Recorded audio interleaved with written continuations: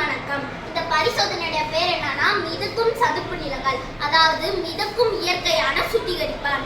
இதோட நோக்கம் என்னன்னா நீர்வாழ் சூழ்நிலை மண்டலம் மாசுபடாம தடுத்தலையோ நீர் மாசுபடுத்தல தடுத்தல் தான் இந்த பரிசோதனையோட நோக்கம்.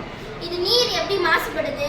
அதிகமா தொழிற்சாலை கழிவுகள் நீர்நிலைகளிலேயே கொட்டப்படுவதனாலையும் மனிதர்கள் ஒரு சில தேவையற்ற கழிவுகளை நீர்நிலைகளை கொட்டுவதனால தான் நீர் மாசுபடுது. அந்த நீர் மாசுபடாம பாதுகாக்கிறதுக்கு இது ஒரு வழி. இது மிதக்கும் சதுப்பு நிலங்கள். ஃபர்ஸ்ட் இயற்கையான சதுப்பு நிலங்கள்னா என்னன்னு பார்க்கலாம். அது ஈரப்பதம் நிறைந்த காடுகள். இயற்கையான சதுப்பு நிலத்துல ஒரு செடியோ மரமோ அது இருந்துச்சுன்னா அது இருக்கிற இடத்துல மட்டும்தான் அது கிளீன் பண்ணும். என்னன்னா தொழிற்சாலை கழிவுகள் அதிகமாக கொட்டப்படுது. அது நிறைய ஒன்று சேர்ந்து நைட்ரஜனையும் பாஸ்பரஸையும் நீரில் அதிகமாக கொண்டு வந்துடுது. நைட்ரஜனையும் பாஸ்பரஸும் நீரில் இருக்கலாம், ஆனால் அதிக அளவு இருக்கக்கூடாது. அப்படி இருந்தால் நீர்வாழ் சூழ்நிலை மண்டலம் பாதிக்கப்படுகிறது.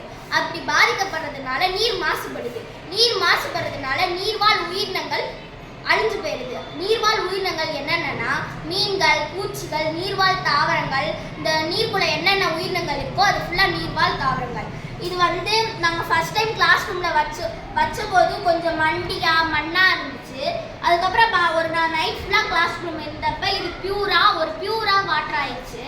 இது இந்த தொழிற்சாலை கழிவுகள் அதிகம் கொட்டப்படுற இடத்துல இந்த மாதிரி வச்சோம்னா அந்த நீர்நிலைகளில் தான் அதெல்லாம் பரவும்.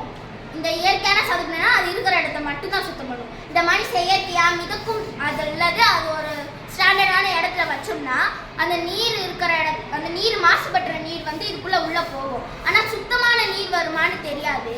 இருந்தாலும் அந்த நச்சுத்தன்மை உயிரை கொல்லும். நஞ்சு அந்த மாதிரிலாம் அழிச்சிட்டு அந்த தண்ணியை மாசு அல்லாத தண்ணியை அதை திருப்பியும் நீர்நிலைகளே விட்டுரும். இது சில இடங்கள்ல கம்பி கட்டி கான்ட்ராக்டாக எடுத்தும் செய்வாங்க.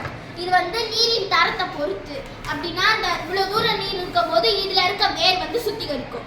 இவ்வளோ தூரம் இருக்கும் போது இது கீழே இருக்க வேர் சுத்திகரிக்கும். இதனால நம்மளுக்கு என்னென்ன பயன்னா பல்லுயிர் பெருக்கம், நீர்வாழ் சூழ்நிலை மண்டலம் பாதுகாத்தல், வாழ்விடம் வழங்குதல். அது யாருக்குன்னா மீன்கள், பூச்சிகள், நீர்வாழ் உயிரினங்கள். நீரின் தரத்தை சுத்தப்படுத்தி மேம்படுத்துது. நீர்வாழ் உயிரினங்கள் இனப்பெருக்கம் செய்ய உதவுது. மாசற்ற நீரை சுத்திகரித்து நீரை பாதுகாக்கிறது. நன்றி.